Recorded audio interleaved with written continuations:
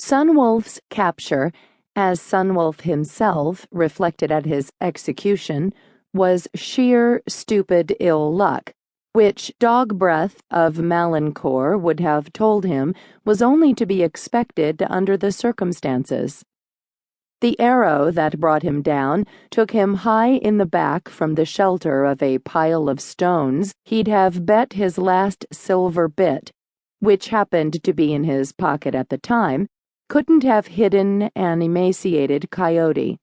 He hit the sand of the dry arroyo bed in a second's whirling disorientation and sickening pain, and the next moment got a gritty faceful of gravel kicked up as his horse bolted.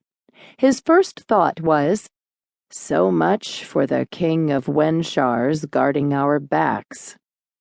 His second thought, through a descending curtain of gray weakness, was that if he blacked out, he was a dead man. Hooves throbbed in the sand under his unshaven cheek. He made his good eye open and, with odd, tunneled clarity, saw his partner, Starhawk, spur after his escaping horse. It was like her, he thought detachedly, watching her lean from her saddle to grab at the trailing rein, to go after the horse before ascertaining that he still lived.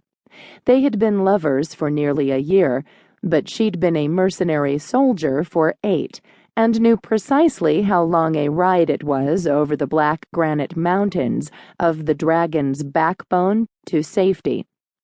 He knew who'd ambushed them, of course, and why.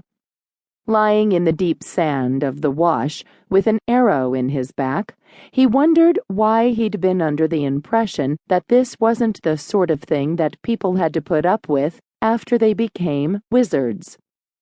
Shurdar warriors, the fast-moving cavalry of the deep desert, were already coming down the canyon wall, their horses springing down trails for which goats would have demanded hazard pay. By this time of the afternoon, the foothill canyons were drowned in dove-colored shadow, though the rim of the sky above was amber hot. In the burnished light, the warriors' white robes billowed with dreamy slowness.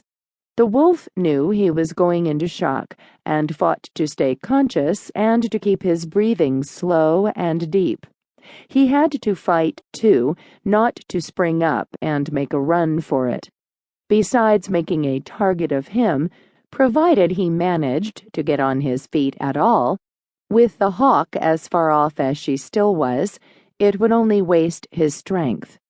Long experience of being wounded in the battles that he'd spent most of his 40 years fighting for other men's pay told him now that he had none to spare. Healing spells, he thought belatedly. I'm supposed to be a wizard, damn it. His mind fumbled at the words to call forth power and to slow the blood welling stickily between the thick muscles of his back and the scuffed sheepskin of his jerkin, but the pain of the wound itself clouded his mind and made it difficult to concentrate. It was a very different thing from healing others, totally leaving aside the fact that, when he'd worked healing magic on others, he hadn't had half a dozen irate warriors getting set to play cat's cradle with his entrails. Starhawk was riding back already, the captured horse on a rein, weaving and ducking the arrows that flashed around her. A tallish, rangy woman in her late 20s, whom most men were blind and stupid enough to call plain. She still wore the metal-studded green leather doublet of the King of Wenshar's guards, in which she'd lately been employed. Short-cropped hair, the color of old ivory, whipped in strings across a face that was thin, cool, and marked with an old scar down one cheek and a blackly recent bruise the width of a sword blade. Their stay in Wenshar, southernmost of the Middle Kingdoms, had been brief but wildly eventful.